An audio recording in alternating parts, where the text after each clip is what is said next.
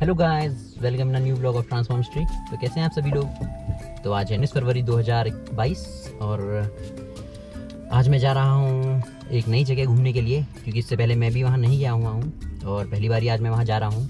पूरे घने जंगलों के बीच में बना हुआ है वो मंदिर, ब्रह्मस्थली का मंदिर बोलते हैं जिसे। मेरे साथ ये मूवी 12 बज चुका है, तो चलिए चलते हैं।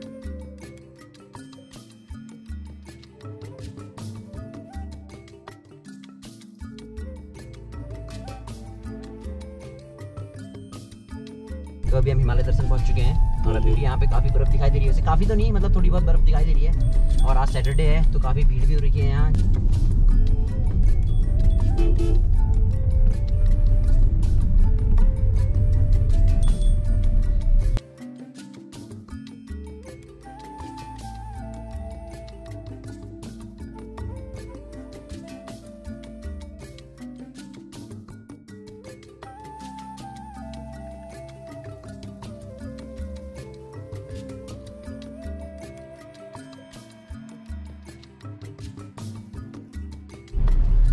तो फ्रेंड्स, जैसा कि आपने रास्ते में देखा होगा, अभी पूरा मतलब हिमालय दर्शन से लेके यहाँ पे थोड़ा हम आगे आ गए। किलबरी तो नहीं पहुँचे, मतलब थोड़ा आगे काफ़ी बर्फ़ बची है अभी। मुझे तो लगा था कि केवल सड़क में ही होगी, पर अभी वो पूरे जंगल में भी पूरी फैली हुई है। तो काफ़ी बर्फ़ है यहाँ। अगर अभी भी आप बर्फ़ देखना आना चाहें तो आ सकते हैं। हिमालय दर्शन के पास आपको काफ़ी बर्फ़ मिल जाएगी नैनीताल में।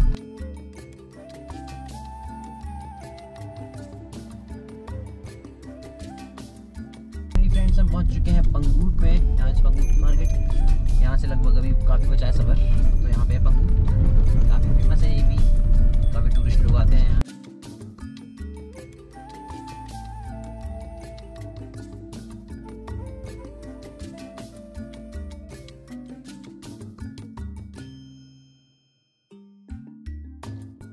फ्रेंड्स, फाइनली हम पहुँच चुके हैं घुघू खान और यहाँ पर से ब्रह्मस्थली मंदिर दिखा रहा है 8 किलोमीटर।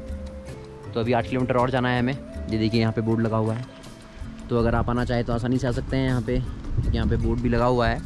तो अभी हम पहुँच चुके हैं घुघू खान। अब यहाँ से 8 किलोमीटर, मतलब 15 से 20 मिनट और लगेंगे हमको वहाँ पहुँचने में। इसी रोड में सीधे जाना है हमें आगे को। यहाँ से गाड़ी भी आती हुई दिखाई दे रही है जो पीछे से, तो इसी रोड में जाएंगे हम और लगभग पहुँचेंगे। फिर 15 से 20 मिनट वहाँ पहुँचने में लगेंगे। तो फ्रेंड्स, अभी हम घुघू खान में थोड़ा रुके हुए हैं। यहाँ से दिखाता हूँ आपको थोड़ा पहाड़, मतलब इस पहाड़ में नहीं होगा घूम के।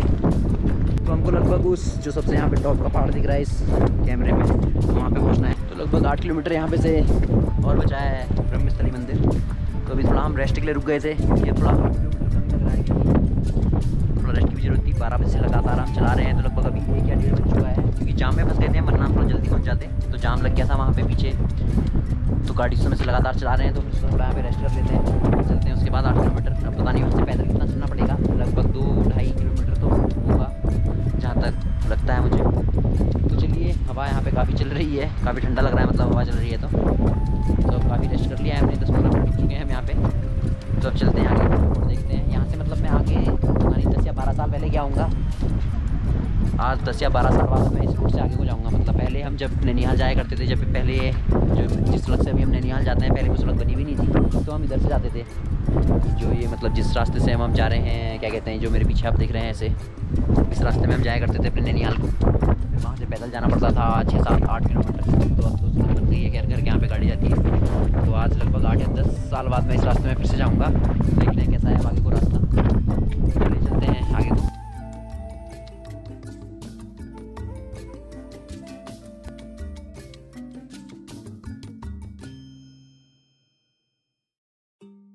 फ्रेंड्स, अब हम चल चुके हैं घुघू खान से आगे को ब्रह्मस्थली मंदिर के लिए। आगे हमको मिलेगा विनायक, उसके बाद पड़ेगा ब्रह्मस्थली। खैर आगे कोई सड़क जाके कहीं बेताल घाट मिलती है मेरे ख्याल से। तो फ्रेंड्स, फाइनली हम पहुंच चुके हैं विनायक। ये देखिए यहाँ पे विनायक वन विश्राम भवन, फॉरेस्ट हाउस है यहाँ पे। तो यहाँ पर भी फॉरेस्ट की पूरी एरिया है सब इधर को। तो यहाँ पे तक जब हम पहले आया करते थे, तो यहाँ पे तक आया करते थे हम गाड़ी में। यहाँ पे गाड़ी रुकती थी और फिर यहाँ से नीचे को पैदल, और एक रास्ता आगे को भी था, वहाँ से पैदल जाना पड़ता था। तो बहुत अच्छा लग रहा है वैसे इतने सालों बाद यहाँ है। यहाँ पे शायद देखिए हेलीपैड बन रहा था किसी ज़माने में, तो मेरे ख्याल से ये हेलीपैड बना हुआ है यहाँ पे। तो फ्रेंड्स, अभी हम आधे रास्ते में पहुँच चुके हैं विनायक से आगे। तो ये देखिए पीछे पूरा गाँव दिख रहा है यहाँ से। ये देखिए फ्रेंड्स, पूरा हल्का जूम किया है मैंने। ये जो नीचे को सड़क दिख रही है आपको, ये हमारे नैनीहाल को जाती है। और हम उस पहाड़ी से आ रहे हैं यहाँ पे, घुघू खान बोलते हैं वहाँ पे से। और ये जो नीचे रास्ता दिख रहा है ये हमारे नैनीताल को जाता है, सौड़ गाँव को, जहाँ मैंने आपके पिछले ब्लॉग में आपको देखा होगा। और इस पहाड़ी से हमारे नीचे से देखिए यहाँ पे सड़क पूरी है, इससे हमारे हैं पे एक कोसी नदी दिख रही है आपको, जो वहाँ पे आगे दिख रहा है। उसमें भी वैसा पानी तो वैसा पानी दिख रहा है ना, पर वो है वहाँ पे कोसी नदी। और इधर सब खैरना, गर्म पानी, रानी खेत सब इधर से दिखाई देते हैं।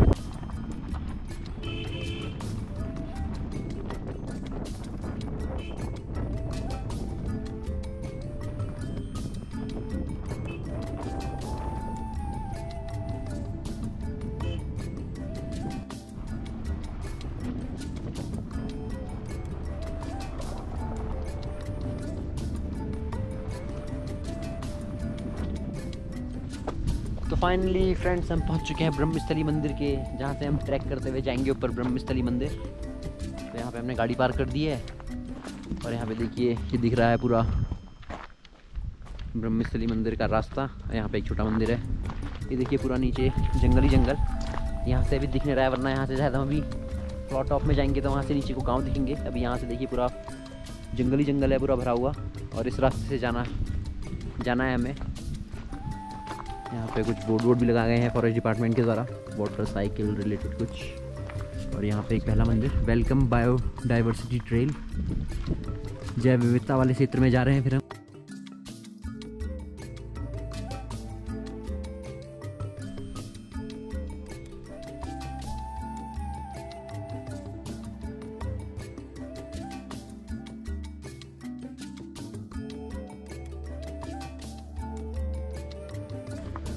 तो फाइनली फ्रेंड्स बज चुके हैं 2 और यहाँ पे से हम ऊपर चल चुके हैं। अभी शुरुआत हुई है और 2 बज चुके हैं। 2 बजने में मतलब 4 मिनट बाकी हैं, पर हम पहुँच चुके हैं यहाँ से पैदल रास्ते के लिए। एक रास्ता यहाँ इधर को भी दिख रहा है, पर हमको इधर को जाना है। तो चलिए, लगता है यहाँ पे से कितना समय, 2 बजे यहाँ से चल रहे हैं। टीम थोड़ा आगे चल रहा है मुझसे, तो अब चलते हैं यहाँ पे से। और कितनी देर लगती है यहाँ पे से पहुँचने में? बैग घूमने ही पकड़ रखा है, उसके पास है। चलिए चलते हैं ऊपर को। साथ में चल लो भैया, अकेले अकेले आए हो क्या तुम? आओ हमारे साथ चलो। तो इस पहाड़ी के टॉप में जाना है हमें। क्यों? इसके से टॉप में तो होगा पता नहीं 2 या 3 किलोमीटर होगा मेरे ख्याल से, भी ज़्यादा नहीं होगा, क्योंकि पहाड़ी का टॉप यहाँ पे से लग तो रहा है कि यही होगा। या इधर होगा? इधर होगा, इस साइड होगा ना, इस साइड जाना है हमें वैसे। तो चलिए चलते हैं ऊपर। पूरा घने जंगलों के बीच से रास्ता बना हुआ है। ये देखिए पूरा पत्थरों का रास्ता है यहाँ पे, पुराने ज़माने का बना हुआ। तो यहाँ पे पहले बोर्ड में लिखा भी हुआ है कि जानवरों से दूर रहें, क्योंकि जानवर दिखने का भी रहता होगा यहाँ पे, क्योंकि एकदम पूरा घना जंगल है चारों तरफ से। तो चल गए पड़े हैं हम ब्रह्मस्थली के लिए। अब देखिए कितनी देर लगती है यहाँ पे से पहुँचने में। हेमू तो एक बार पहले आया हुआ है, मैं पहली बार जा रहा हूँ, और उसको ये भी याद नहीं है कि अब मैं कितने साल पहले आया हुआ हूँ। तो देखिए फ्रेंड्स, ऐसा रास्ता है यहाँ पे पूरा पतला सा, और ऐसा ही रास्ता पूरा ऊपर तक मिलेगा हमें। तो मज़ा आ रहा है वैसे तो मुझे। अभी ब्लॉगिंग करते हुए जा रहा हूँ। तो हेमू कैसा लग रहा है तुझे? अभी तो मतलब थोड़ा ऐसे दिनों में आ रहा है कि तुझे याद रहेगा अब हमेशा एकदम रास्ता भी और वो भी। तो कैसा लग रहा है अभी? हैं बढ़िया लगना है। तो फ्रेंड्स काफ़ी टॉप में आ चुके हैं हम, सब हमको नीचे लग रहा है, और अभी हमको और टॉप में चढ़ना है ऊपर। तो काफ़ी अच्छा लग रहा है यहाँ पे से देख के। नीचे को काफ़ी अच्छी हवा चल रही है यहाँ पे। अभी शाम को तो काफ़ी ठंड होती होगी वैसे यहाँ पे, अभी ऐसी ठंडी हवा चल रही है मतलब। और अभी धूप आई है तो उतना एहसास नहीं हो रहा है ठंड का, काफ़ी अच्छी लग रही है हवा।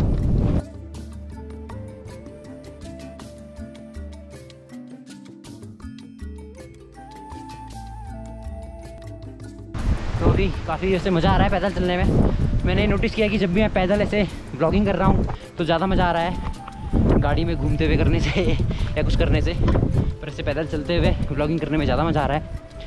तो कोशिश करूँगा कि अक्सर मैं ज़्यादातर जो ब्लॉग्स बनाऊँ वो पैदल ही बनाऊँ। यहाँ पूरा ख़तरनाक एकदम बियावान जंगल। तो जैसा ही फॉरेस्ट डिपार्टमेंट वालों ने पहले नीचे ही चेतावनी लिखी हुई है कि जंगल में जानवरों को कुछ परेशान ना करें, अगर दिख जाए तो उनसे और दूरी बनाए रखें।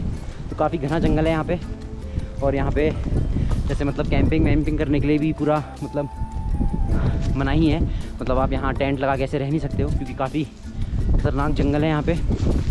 तो यहाँ जानवरों का खतरा है, तो यहाँ कैंपिंग नहीं कर सकते आप, और रात के समय भी नहीं आ सकते हो। ऐसा नीचे बोर्ड में सब लिखा हुआ है।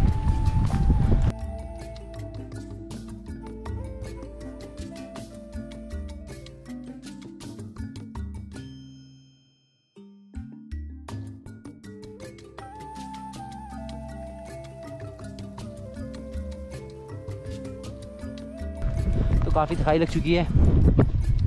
घर से जब हम निकले थे हमारे ने अपने लिए मतलब पराठे बनाए हुए थे मम्मी ने, जल्दीबाजी में उनको लाना ही भूल गए। और अब यहाँ पे भूख लग रही है हमें, कुछ लेके भी नहीं आए हम, तो 1-2 चिप्स के पैकेट हैं वही खाने पड़ेंगे। तो चलिए चलते हैं आगे को।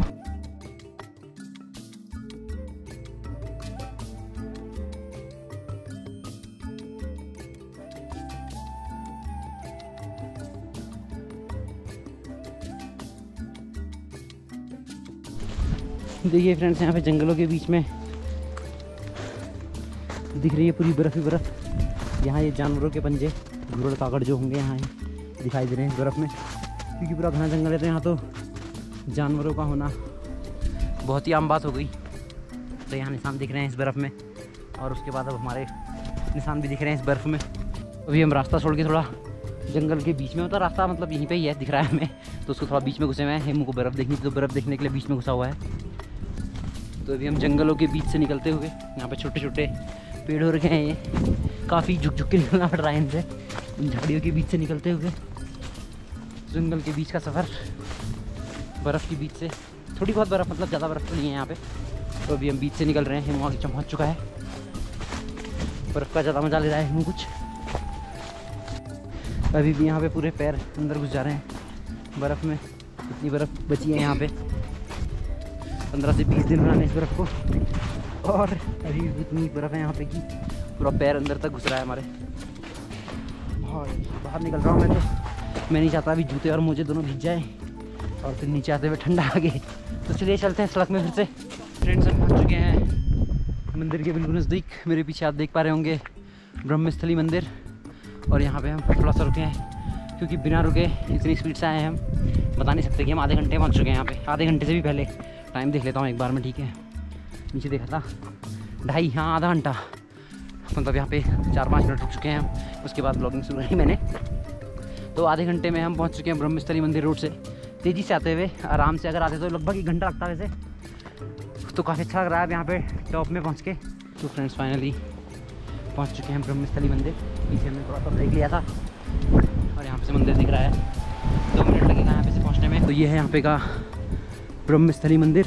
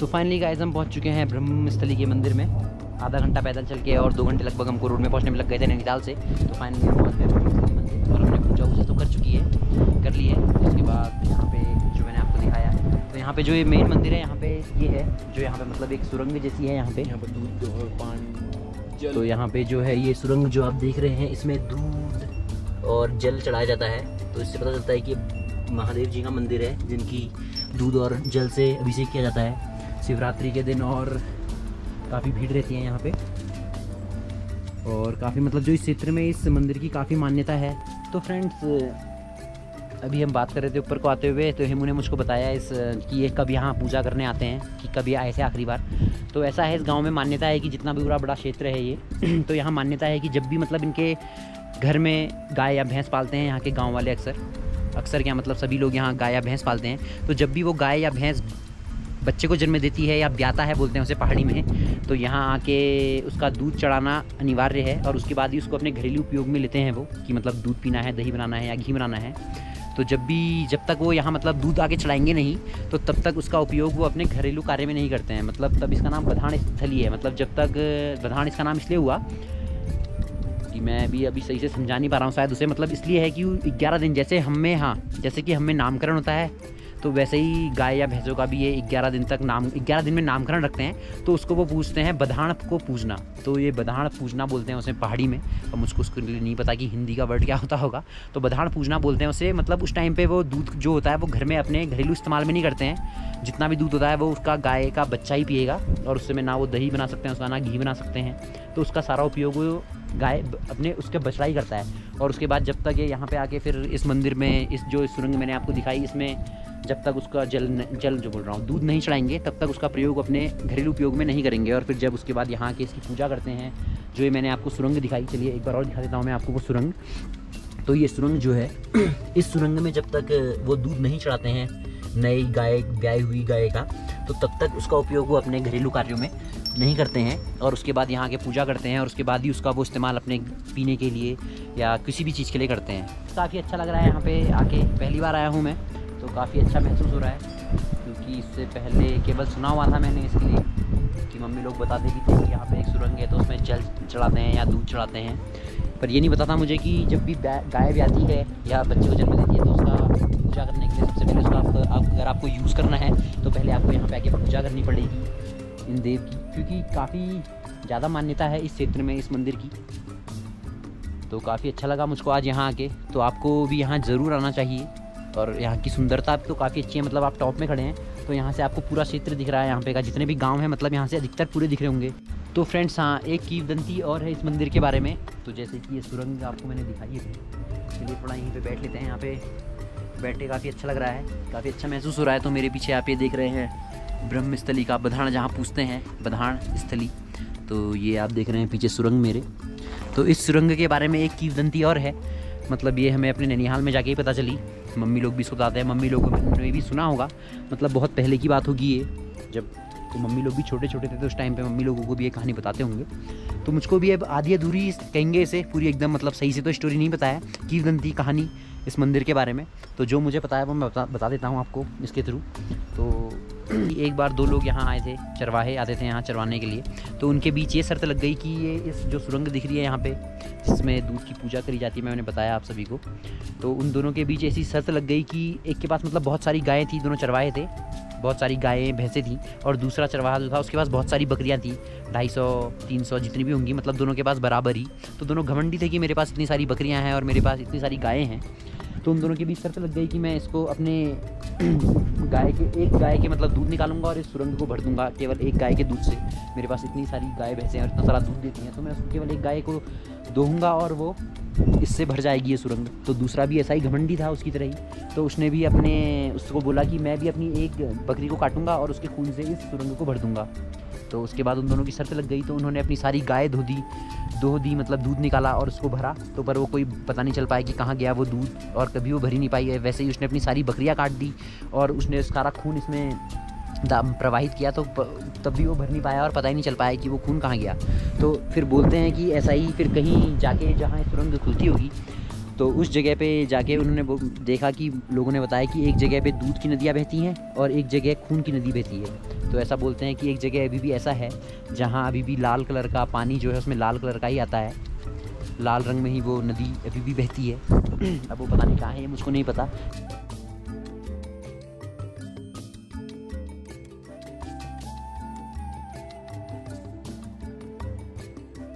तो फाइनली फ्रेंड्स 4 बज चुका है और हम यहाँ से चल रहे हैं, क्योंकि काफ़ी नीचे भी जाना है और अभी थोड़ी देर में अंधेरा भी हो जाएगा और रास्ता काफ़ी बर्फ़ वाला है, तो पाला भी पड़ सकता है। तो अभी हम यहाँ से निकल रहे हैं। अभी हम जाने लग गए थे, यहाँ पे बैटरी भी गोप्रो की पूरी ख़त्म हो चुकी है। तो ये मुझे बताया यहाँ पे से एक व्यू पॉइंट भी बना रखा है यहाँ पे, मतलब मचान बोलेंगे इसे। तो यहाँ से व्यू करने के लिए चारों तरफ दिखेगा। तो हेमू अभी जूते पहन रहा है, तो हमने कहा चलो अब यहाँ पे आए हैं तो इसको देखना जरूरी बनता है, क्योंकि हमने काफ़ी टाइम वहाँ लगा दिया। अभी तक हम पूरा मंदिर ही में थे, काफ़ी अच्छा लग रहा था वहाँ पे। तो चलिए अब यहाँ पे चढ़ते हैं और देखते हैं कैसा है व्यू आ रहा है यहाँ पे से, और आपको दिखाता हूँ कैसा व्यू है यहाँ पे का।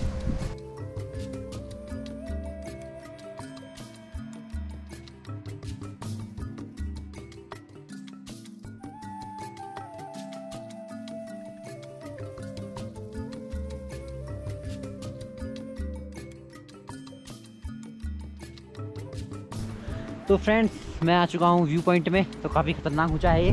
हेमू तो डर के मारे नीचे ही रुका है यहाँ पे। अब इसके डर के कारण मुझको भी डर लगने लग गई है यहाँ पे व्यू पॉइंट में। काफ़ी ख़तरनाक है ये। तो देखिए काफ़ी हाइट में खड़ा हूँ मैं ऊपर, और ये हिल भी रहा है पूरा, क्योंकि इसके ऊपर एक टूटा हुआ रखा है ये वो। तो यहाँ से देखिए कुछ ऐसा व्यू है पूरे।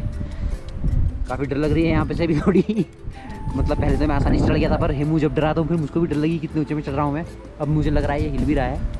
तो काफ़ी प्यारा व्यू यहाँ पे से देखिए। इधर साइड तो पूरा पेड़ से ढका हुआ है ये।